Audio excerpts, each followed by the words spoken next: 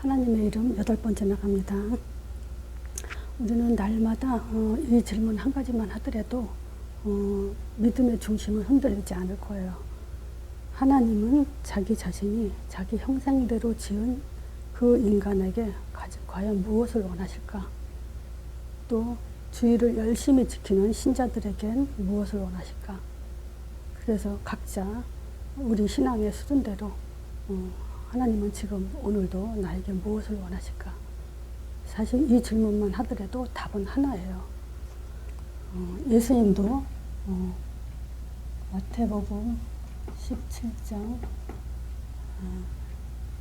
14절에서 20절 여기서도 딱 하나 말씀하신 것은 뭐냐면 너희들이 뭘 했다 안 했다가 아니라 믿음이 약하다는 말을 하셔요.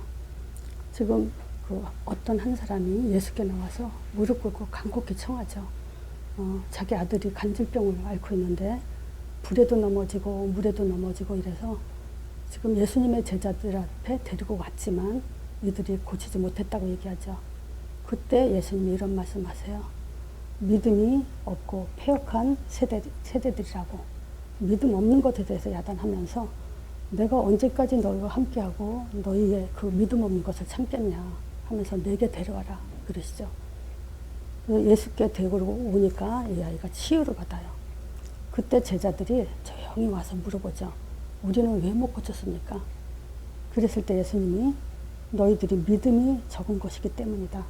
진실로 너에게 말하는데 너희가 만일 믿음이 한 겨자씨만큼만 있으면 이 산을 명해서 여기서 저기로 옮길 것이다. 그뿐만 아니라 너희가 못할 것이 없다라고 말씀하십니다. 믿음만 있으면 못할 것이 없다고. 자, 그래서 하나님이 요구하시는 것은 뭐냐? 믿음이에요. 근데 우리는 문제가 많고 문제가 있어서 내 형편이 어때서 환경이 어때서 이래서 믿음이 없다라고 믿음이 흔들린다라고 생각을 해요. 믿음이 흔들린다는 것은 믿음이 없다는 얘기죠.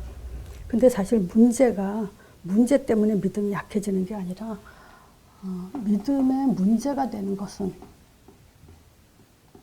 뭐냐면요. 언약 때문이에요.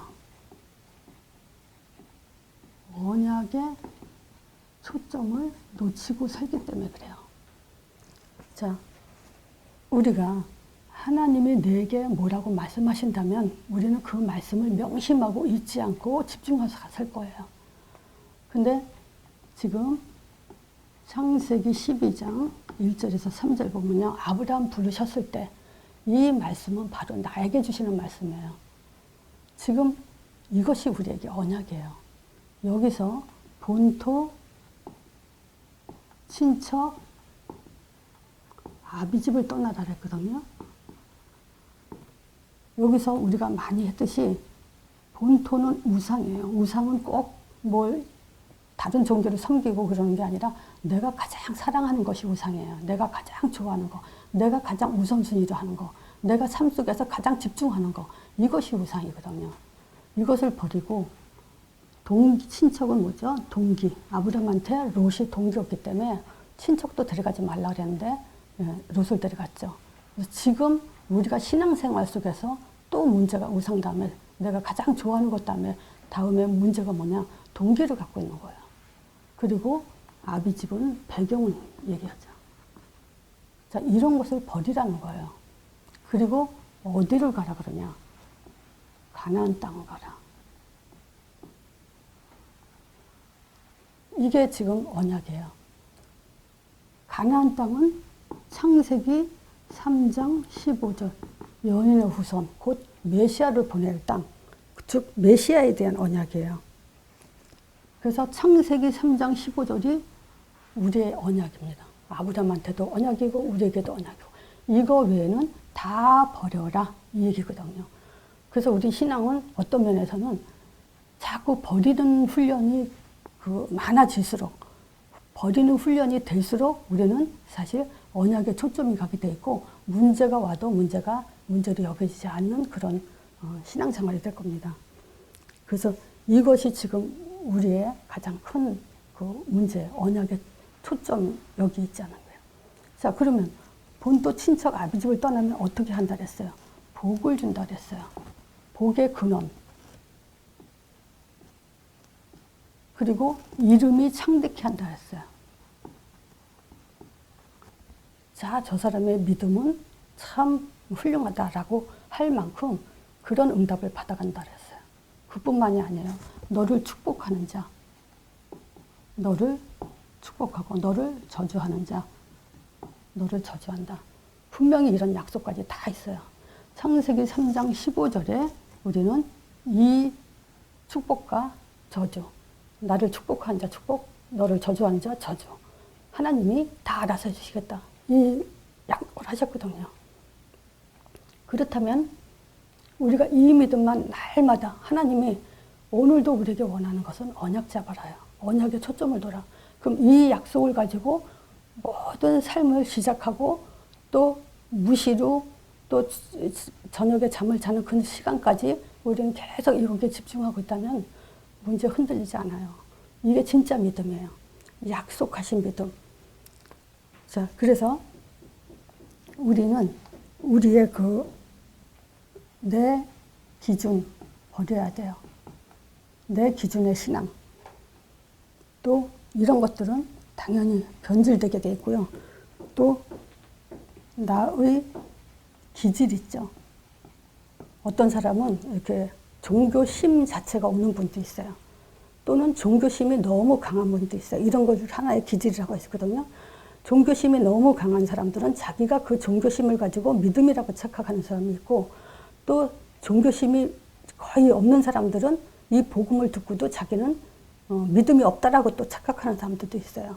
근데 그런 부분에서 우리는 벗어나야 되거든요. 내 기준, 내 기질이 문제가 아니라 언약이 있냐 없냐가 문제예요.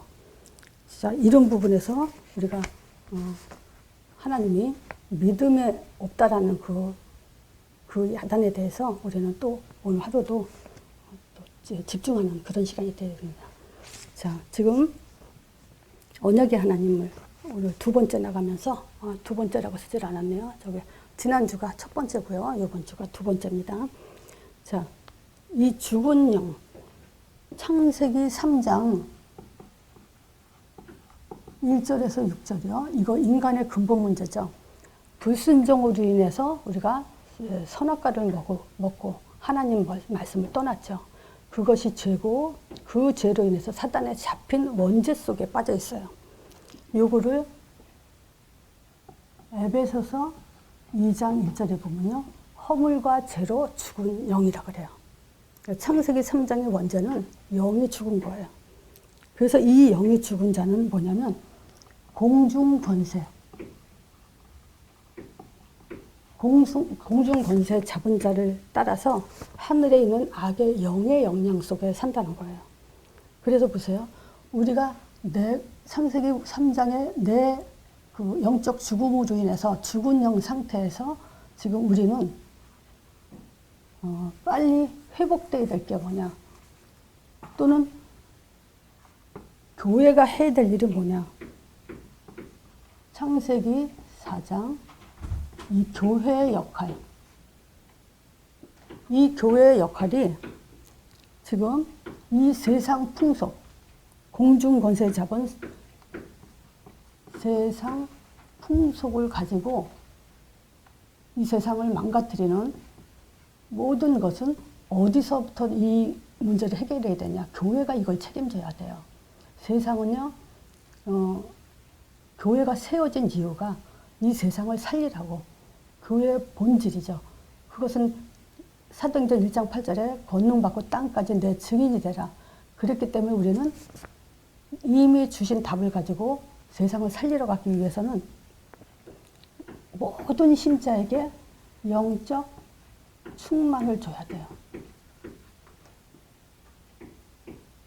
교회가 신자들에게 이 영적 충만은 사실은 모든 치유라고 할 수 있죠. 영적인 치유, 정신 치유, 육신 치유, 모든 치유예요. 그러기 위해서는 영적 충만 속에 들어가도록 교회가 해야 될 일은 이것이에요. 근데 교회가 영적 충만을 주는데도 못 받는 자들은 그 사람들의 책임일 것이고, 받는 자들에게는 축복이 되는 거죠.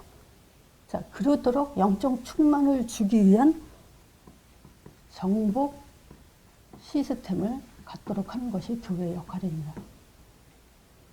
그래서 정치, 경제, 문화를 교회에서 정복자도로 세워지고 키워지는, 그렇게 해야 되는 것이 교회의 역할이에요.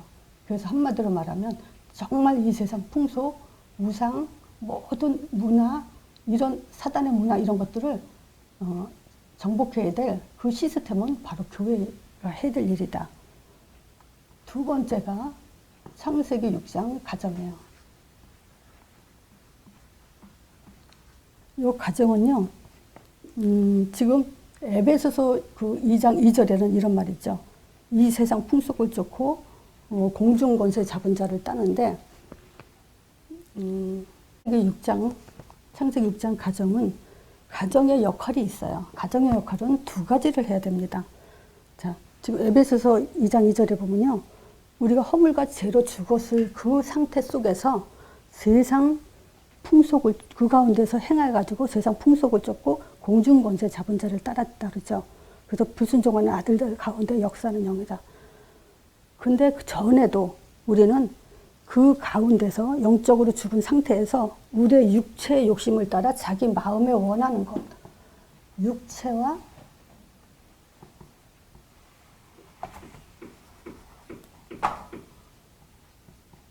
육체 또 마음이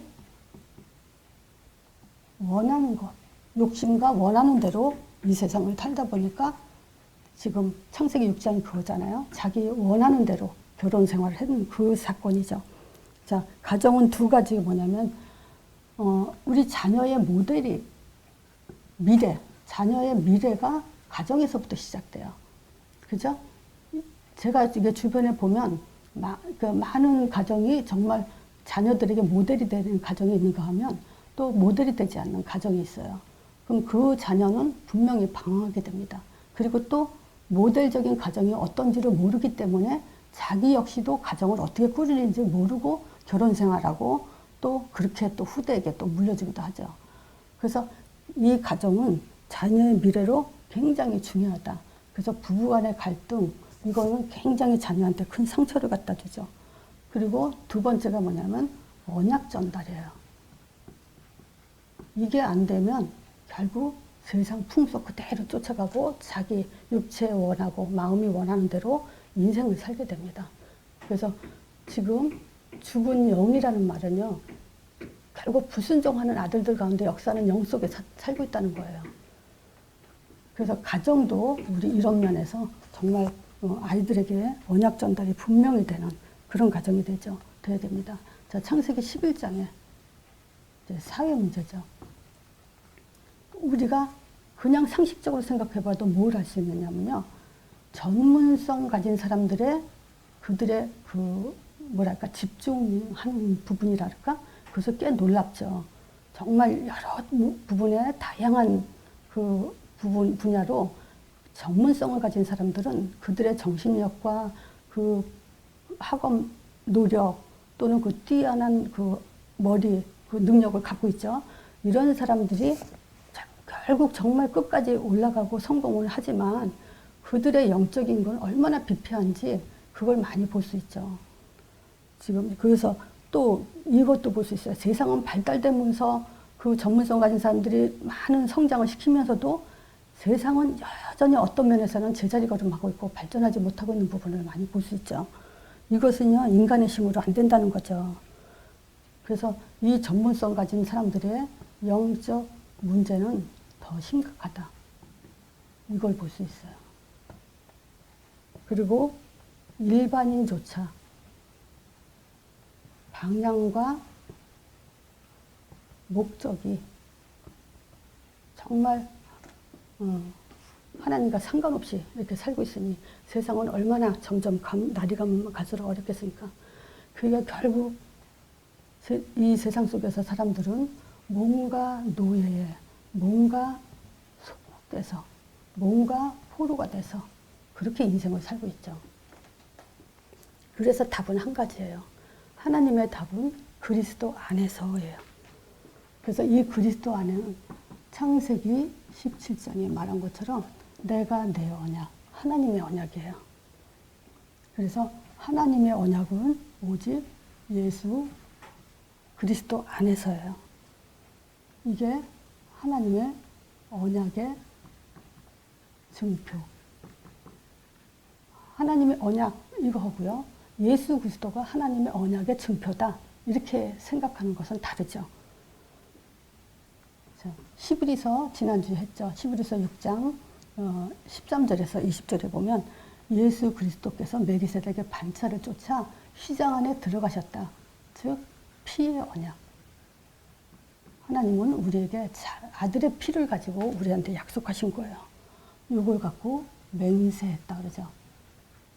그리고 보증한다 그랬어요. 그것은 뭐냐? 성령으로 보증해 주시겠다고 일을 딱 쳤다는 거예요. 확실하게 했다는 얘기죠.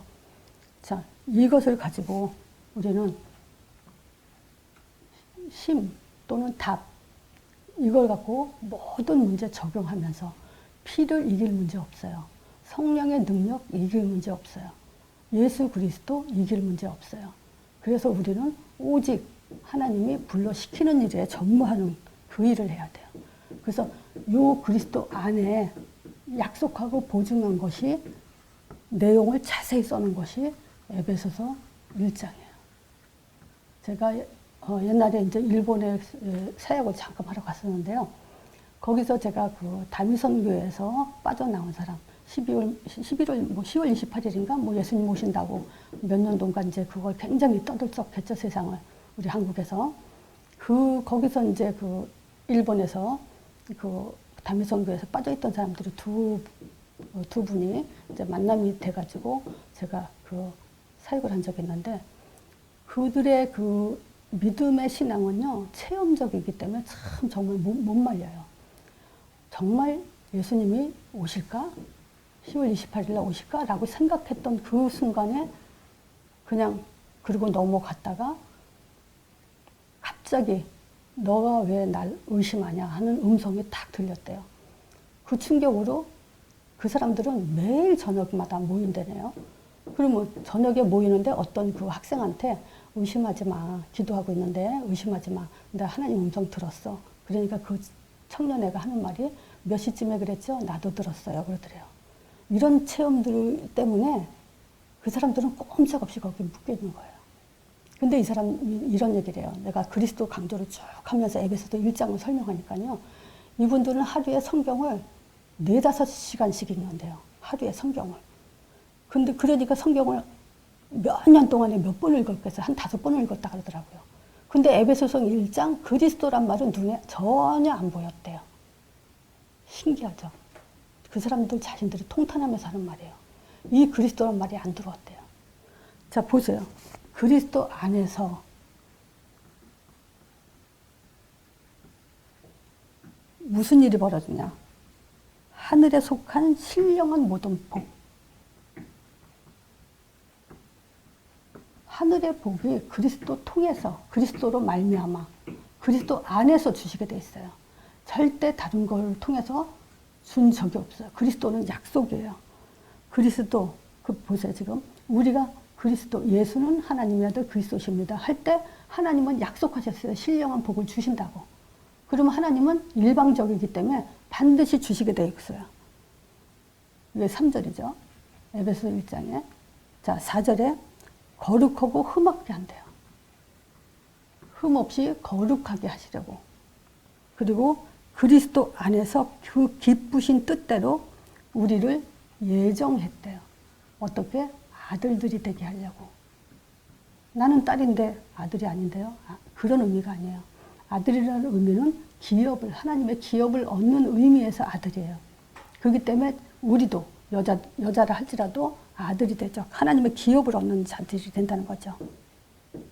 그것이 뭐냐? 하나님의 기쁘신 뜻이라 그래요. 우리를 자기의 아들들이 되게 하는 게. 그리고 6절이죠. 사랑하는 자 안에서 은혜의 영광을 찬미하게 하려고. 이런 거저 주시는 그 구원에 대해서 날마다 하나님의 영광스러운 이 구원의 사역을 찬미해라. 이것이 그리스도 안에서 우리에게 주시는 축복이라는 거예요. 그것도 그 피로 말미암아 구속, 곧 죄사함 받았다. 우리는 이제 죄와 저주와 재앙과 상관이 없어요. 또 하늘에 있는 것이나 땅에 있는 것이나 다 그리스도 안에 통일되게 하려고.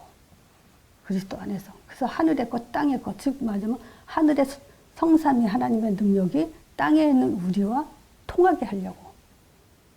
그것이 그리스도 안에서만 있어요. 또 약속의 성령으로 인치심을 받았다. 여기서 7절에 약속의 성령으로 그러죠. 또 14절에 성령의 사역을 뭐라고 얘기하냐면요. 우리를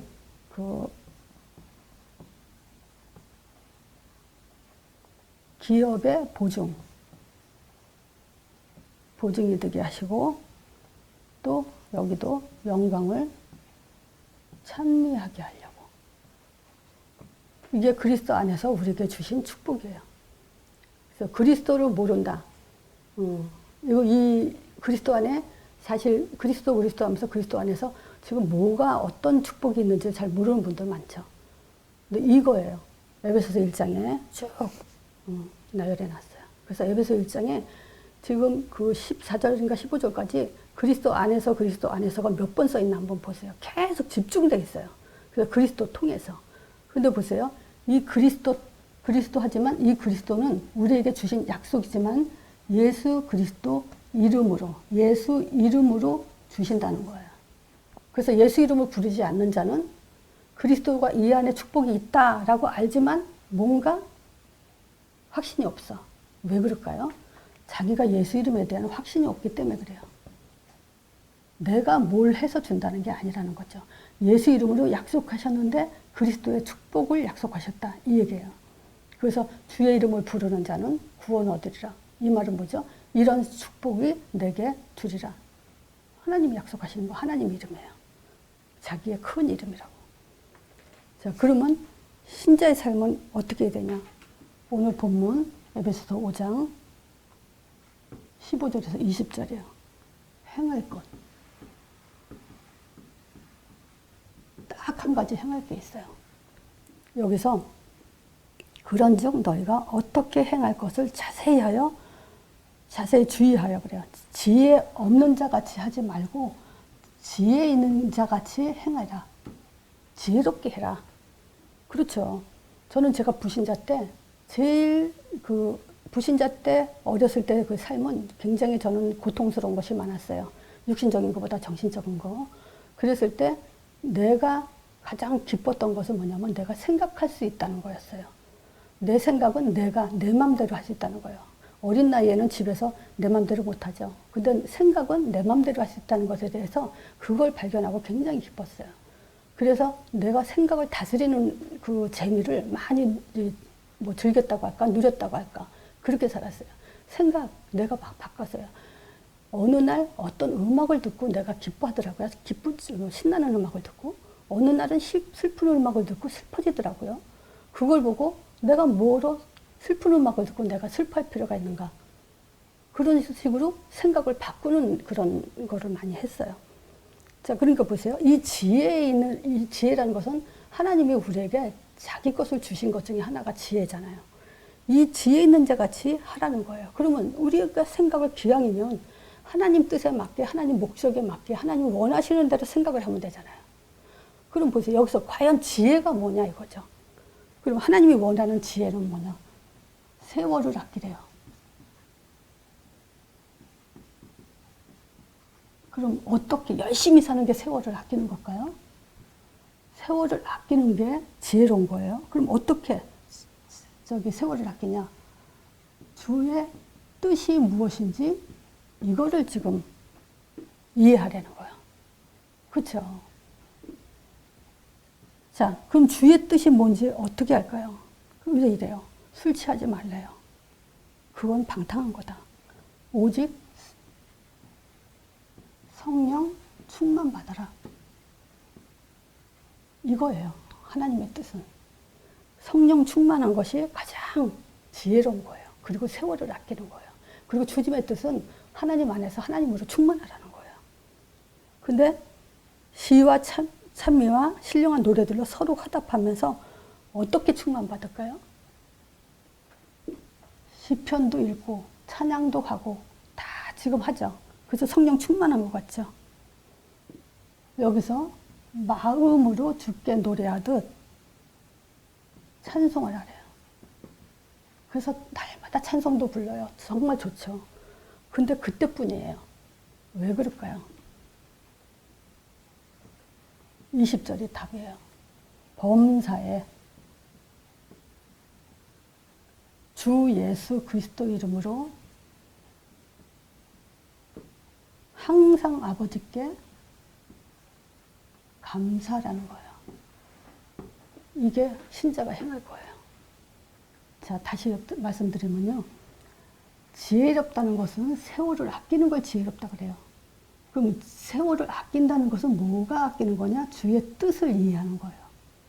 주의 뜻은 오직 성령 충만함으로 하나님으로 충만하라는 거예요. 그래서 마음으로 찬송하라는 거예요. 근데 다 하는데 뭘 놓치냐? 예수 이름을 놓치면 그거는 종교가 돼버려요. 나의 위로만 돼버려요. 그래서 예수 이름으로 항상 범사에 감사하는 것이 그게 찬송이고요.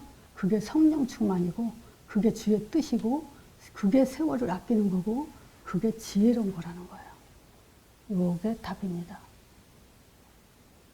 자, 그래서 요한복음 21장 15절에서 20절 이걸 향해서 가는 거예요. 어린 양을 먹이라.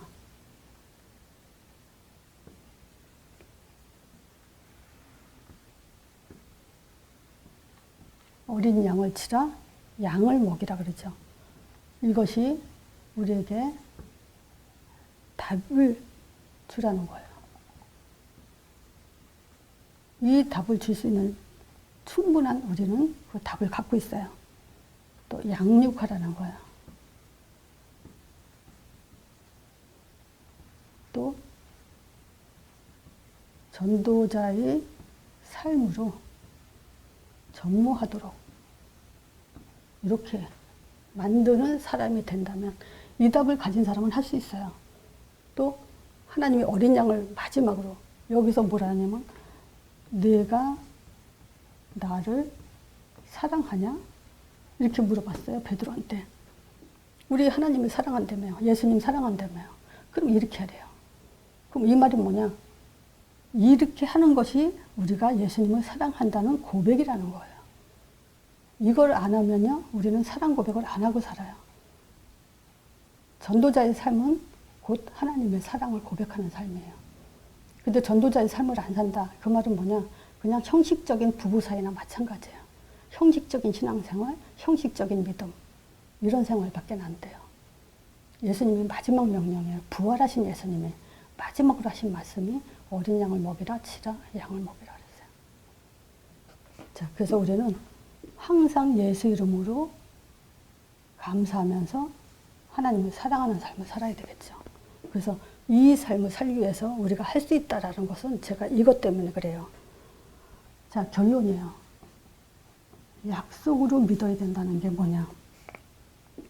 지금 우리가 가장 사람을 만났을 때 그 하나님의 존재에 대한 확신을 줘야 돼요. 확인해 줘야 돼요. 자, 그것이 하나님이 누구냐라고 그 확인할 수 있는 방법이 뭐죠?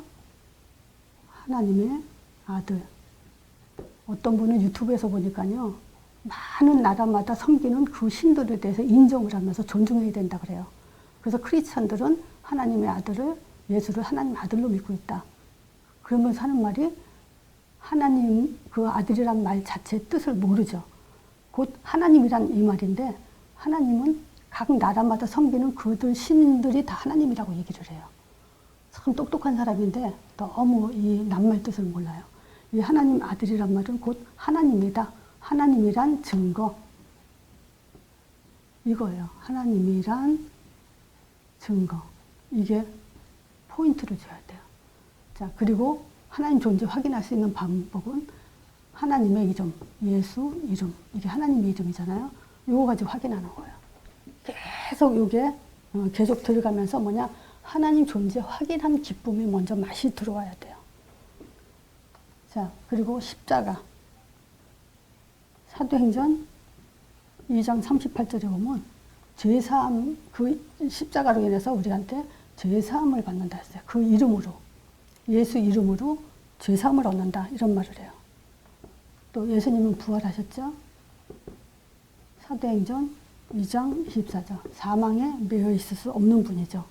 자, 근데 하나님의 아들 십자가 지시고 부활하신 분이 누구죠? 그분이 예수잖아요. 그래서 예수의 이름을 부를 때 우리한테 영접하는 자, 곧 그 이름을 믿는 자에게 하나님 자녀가 된다 그랬죠. 성령이 내주되죠.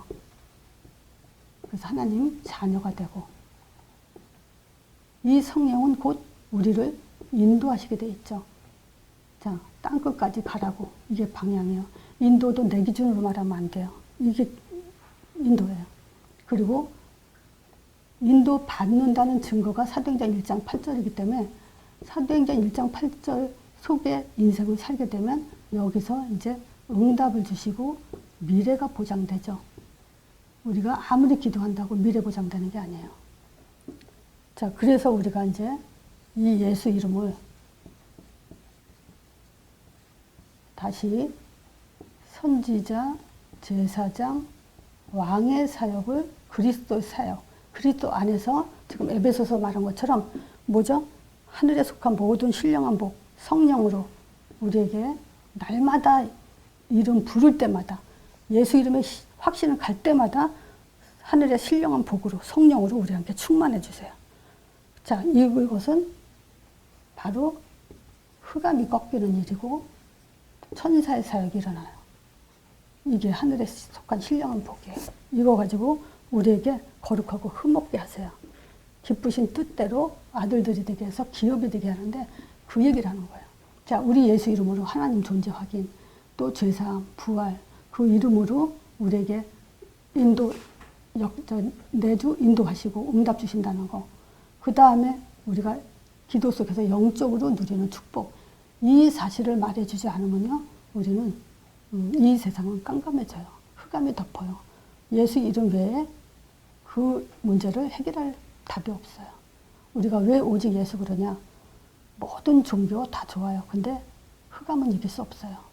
그래서 오늘도 내일도 날마다 예수 이름으로 성령의 역사에서 우리에게 그 이름으로 항상 감사하는 그 충만함 속에 있어야만 흑암은 계속 꺾이고 천사의 사역이 일어납니다. 그래서 언약의 하나님 두 번째, 지울게요. 두 번째, 자, 글자가 하여튼 저렇게 두 번째는 없는데, 하나님이 원하시는 건 믿음이 약하다고 했습니다. 그래서 믿음이 약한 것은 문제 때문이 아니라 언약의 초점이 체질되어 있지 않기 때문에 그런 거예요. 그래서 언약 잊지 마세요.